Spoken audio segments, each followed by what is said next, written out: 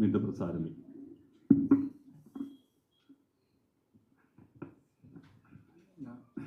ബഹുമാനിച്ച് ഒരു meet the പ്രസ്സിൽ എന്നെ ക്ഷണിച്ചതിലും വരാൻ കഴിഞ്ഞതിലുള്ള സന്തോഷവും നന്ദിയും അറിയിക്കുകയാണ്. ഞാൻ 2-3 പ്രസ് മീറ്റുകൾ നടത്തിയിരുന്നെങ്കിലും അത് ട്രിവാൻഡ്രത്ത് ക്രമീകരിക്കാൻ കഴിഞ്ഞിരുന്നില്ല. സിവിൽ സപ്ലൈസ് കോർപ്പറേഷനൊക്കെ ആയിട്ടുള്ള ആദ്യത്തെ മീറ്റിങ്ങിന് ശേഷം എറണാകുളത്ത് തന്നെയായിരുന്നു പ്രസ് മീറ്റ് കൂടിയത്. സപ്ലൈകോ ഹെഡ് ഓഫീസ് അവിടെയാണെന്ന് എനിക്കറിയാം. പിന്നീട് 1-2 വട്ടം പ്രസ്സുമായിട്ട് സംസാരിച്ചെങ്കിലും ട്രിവാൻഡ്രം പ്രസ് ക്ലബ്ബിൽ എത്താൻ കഴിഞ്ഞിരുന്നില്ല. തീർച്ചയായിട്ടും ഇന്ന് വരുമ്പോൾ ഏറെ സന്തോഷം ഞാൻ ഒരിക്കൽ കൂടി പ്രകടിപ്പിക്കട്ടെ. UDF ഗവൺമെൻറ് ചുമതലയേറ്റതിന് ശേഷം സിവിൽ സപ്ലൈസ് ഡിപ്പാർട്ട്മെൻറ്റിൻ്റെ പ്രവർത്തനങ്ങൾ വിവിധ തലങ്ങളിലുള്ള ഏകോപനത്തിലൂടെ മുമ്പോട്ട് കൊണ്ടുപോകുക എന്നുള്ളതാണ് ആദ്യമായി തന്നെ ഞാൻ ശ്രദ്ധിച്ചിരുന്ന ഒന്ന്. നിങ്ങൾക്ക് അറിവുള്ളതുപോലെ നെല്ല് സംഭരണം ഞങ്ങൾ ചുമതലയേൽക്കുമ്പോൾ ഏറ്റവും വലിയ ഒരു പ്രതിസന്ധിയായി നിലനിന്നിരുന്ന ഒന്നായിരുന്നു. ഞങ്ങളുടെ ആദ്യത്തെ വെല്ലുവിളികളിലും ഒന്ന് നെല്ല് സംഭരണത്തിൻ്റെ പ്രശ്നങ്ങൾ പരിഹരിക്കുക എന്നതാണ്. അതിൻ്റെ ഭാഗമായി ഞങ്ങൾ ആദ്യം തന്നെ നിലവിലുള്ള ബാങ്ക് കൺസോർഷ്യത്തിൻ്റെ ലോൺ എമൗണ്ട് ഞങ്ങൾ എൻഹാൻസ് ചെയ്ത് നൽകിയുണ്ട്. 1600 കോടിയായി ഞങ്ങൾ വർദ്ധിപ്പിച്ചു കൊടുത്തു. ഒപ്പം തന്നെ അവരുടെ കാലാവധി നീട്ടിക്കൊടുത്തു. പാലക്കാട് ജില്ലയിൽ നിന്ന് പാക്സുകളെ പൂർണ്ണമായും ഒഴിവാക്കി സപ്ലൈകോ മുഖാന്തരം തന്നെ നെല്ല് സംഭരണം പുനരാരംഭിക്കാനുള്ള നടപടികൾ ഞങ്ങൾ സ്വീകരിച്ചു. അതനുസരിച്ച് ഡെലിവറി ചെയ്യാൻ സാധിക്കും. എല്ലാ കാർഡ് ഉടമകൾക്കും സൗജന്യ ഓണക്കിറ്റ് കൊടുക്കാമായിരുന്നില്ല. ഞങ്ങൾ AYക്കാണ് ഇത്തവണ സൗജന്യ കിറ്റ് കൊടുക്കുന്നത്.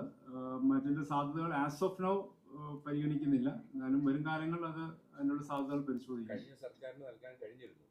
ഇല്ല, കഴിഞ്ഞ ഞാൻ നോക്കിയിരുന്നു, അതിൻ്റെ അകത്ത് ഉണ്ടായിരുന്നില്ല. അതിന് ഈ കഴിഞ്ഞ ഏതാനും നാളുകളായി ഈ AYക്കായിട്ടാണ് അവരുടെ കിറ്റിൻ്റെ വിതരണം ലഭ്യമാക്കിക്കൊണ്ടിരിക്കുന്നത്. പിന്നെ കഴിഞ്ഞ 10 വർഷത്തെ ഒരു സാമ്പത്തിക പരിമിതി സപ്ലൈകോയെ സംബന്ധിച്ച് വളരെയേറെ കടന്നു വന്നിട്ടുണ്ട്. അപ്പോൾ അതെല്ലാം ഞങ്ങൾക്ക് പരിഗണിക്കേണ്ടതായിട്ടുണ്ട്. എന്തായാലും വരും കാലങ്ങളിൽ അത് കൂടുതൽ വിപുലീകരിക്കും. ഓണക്കിറ്റ് കൂടുതൽ വിപുലീകരിക്കും വരും വർഷങ്ങളിൽ. ആസ് ഓഫ് നൗ AYക്കാണ് ലഭ്യമാക്കുന്നത്.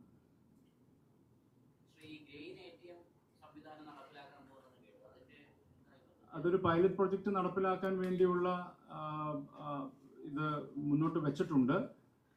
എറണാകുളത്ത് അല്ലെങ്കിൽ ട്രിവാൻഡ്രത്ത് അതിൻ്റെ പൈലറ്റ് പദ്ധതിക്ക് വേണ്ടിയാണ് അതിനുള്ള സാധ്യത നോക്കുന്നത്. അതിന് വിവിധ തലങ്ങളിലുണ്ട്. വേറെ സ്റ്റേറ്റുകൾ നടപ്പിലാക്കിയിട്ടുണ്ടോ എന്നുള്ള 1-2 സ്റ്റേറ്റുകൾ നടപ്പിലാക്കിയിട്ടുണ്ടെന്നാണ് അറിയാൻ സാധിച്ചത്. അവിടുത്തെ പ്രവർത്തനങ്ങൾ കൂടി വിലയിരുത്താൻ ഡിപ്പാർട്ട്മെൻറ്റിനോട് പറഞ്ഞിട്ടുണ്ട്. അതനുസരിച്ച് എടുക്കും.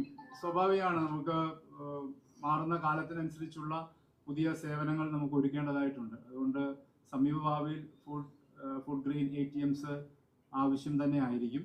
അതെന്തായാലും അതിൻ്റെ പൈലറ്റ് പദ്ധതി ഉടനെ തന്നെ ആരംഭം കുറിക്കും.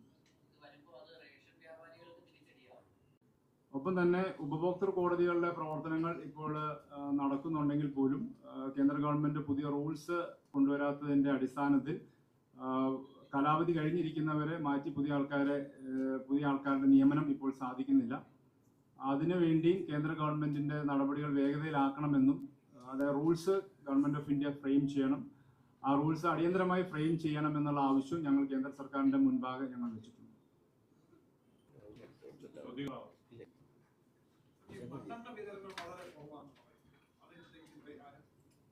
കറസിൻ്റെ അലോട്ട്മെന്റ് വർദ്ധിപ്പിക്കാൻ ഞങ്ങൾ ആവശ്യപ്പെട്ടിട്ടുണ്ട്. അതിനെ സംബന്ധിച്ച് ഒരു മറുപടി അവർ ഇതുവരെ നൽകിയിട്ടില്ല. ഞാൻ പെട്രോളിയം മന്ത്രിക്ക് നേരിട്ട് കത്തയച്ചിട്ടുണ്ട്, ഡിപ്പാർട്ട്മെന്റ് മുഖാന്തരം അയച്ചിട്ടുണ്ട്. അവർ ഒരു കൃത്യമായ നിലയിൽ അവർ എല്ലാ വർഷവും കുറച്ചുകൊണ്ട് വരുന്നുണ്ട്.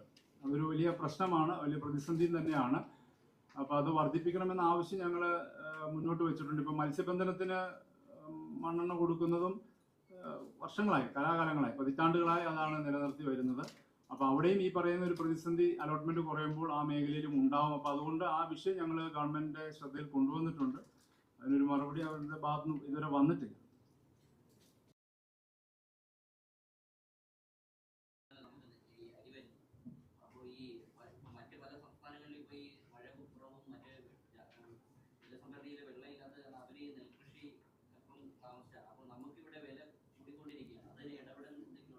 ഞാൻ അതാ നേരത്തെ ആദ്യമേ സൂചിപ്പിച്ചതുകൊണ്ടാണ് ഈ പറഞ്ഞതുപോലെ പ്രൊഡക്ഷൻ കുറഞ്ഞതിൻ്റെ ഒരു പ്രതിസന്ധി കൺസ്യൂമർ സ്റ്റേറ്റ് എന്ന നിലയിൽ നമ്മൾ അഭിമുഖീകരിക്കുന്നത് സ്വാഭാവികമാണ്. പക്ഷെ അത് ജനങ്ങളെ ബാധിക്കാത്ത നിലയിൽ ഇടപെടുക എന്നാണ് ഗവൺമെന്റ് ലക്ഷ്യം വെച്ചിരിക്കുന്നത്. അതുകൊണ്ടാണ് ഞങ്ങൾ ഏറ്റവും പ്രധാനമായിട്ടും സെപ്റ്റംബർ മാസത്തെയും കൂടി, ഇപ്പോൾ ഓണക്കാല ഫെസ്റ്റിവൽ സീസൺസിലാണ് പലപ്പോഴും ഈ മാർക്കറ്റ് ഫ്ലക്ച്വേഷൻസിൽ ബുദ്ധിമുട്ട് കൺസ്യൂമറിലേക്ക് വരുന്നത്. അപ്പോൾ അത് ഉണ്ടാവാതിരിക്കാൻ വേണ്ടിയാണ് സെപ്റ്റംബർ മാസത്തെ കൂടിയുള്ള സബ്സിഡി അരി ഉൾപ്പെടെയുള്ള ഐറ്റംസ് വാങ്ങാനുള്ള ഓപ്ഷൻ കൺസ്യൂമേഴ്സിന് കൊടുക്കുന്നത്. അപ്പോൾ ഏകദേശം 16 കിലോ അരി ഒരു കാർഡ് ഉടമയ്ക്ക് സപ്ലൈകോയിൽ നിന്ന് തന്നെ ലഭ്യമാക്കാൻ കഴിയും. ഇതിനു പുറമെ OMSS റൈസും സപ്ലൈകോ മുഖാന്തരം വിതരണം ചെയ്യുന്നുണ്ട്. OMSS റൈസും വിതരണം ചെയ്യുന്നുണ്ട്. അപ്പോൾ അതും അവർക്ക് എടുക്കാൻ കഴിയും. OMSS റൈസ് 20 കിലോ ഒരു കാർഡ് ഉടമയ്ക്ക് വാങ്ങാൻ കഴിയും. 20 കിലോ OMSS റൈസ് ഒരു കാർഡ് ഉടമയ്ക്ക് വാങ്ങാം. സെപ്റ്റംബർ മാസത്തെയും കൂടി വീതം എടുത്തു കഴിഞ്ഞാൽ 16 കിലോ വാങ്ങാനുള്ള സാഹചര്യമുണ്ട്. അതായത് സപ്ലൈകോ മുഖാന്തരം ഒരു കാർഡ് ഉടമയ്ക്ക് 36 കിലോ അരി സബ്സിഡൈസ് റേറ്റിൽ വാങ്ങാനുള്ള സാഹചര്യം ഇപ്പോൾ ഒരുക്കിയിട്ടുണ്ട്. അപ്പോൾ ഈ പറയുന്നത് പോലെയുള്ള പ്രശ്നങ്ങൾ വരികയാണെങ്കിൽ അത് നേരിടാൻ വേണ്ടിയാണ് കൂടുതൽ വിപണിയിലേക്ക് ഫുഡ് ഗ്രെയിൻസ് എത്തിക്കുന്നത്.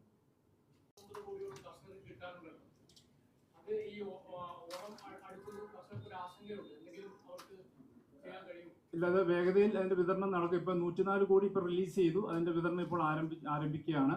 ഒപ്പം തന്നെ സ്റ്റേറ്റ് ഇൻസെന്റീവ് ബോണസും പിന്നെ കേന്ദ്രത്തിൽ നിന്ന് ലഭിക്കാനുള്ള ഏകദേശം ഒരു 300 കോടിയും കൂടി ലഭിക്കാനുണ്ട്.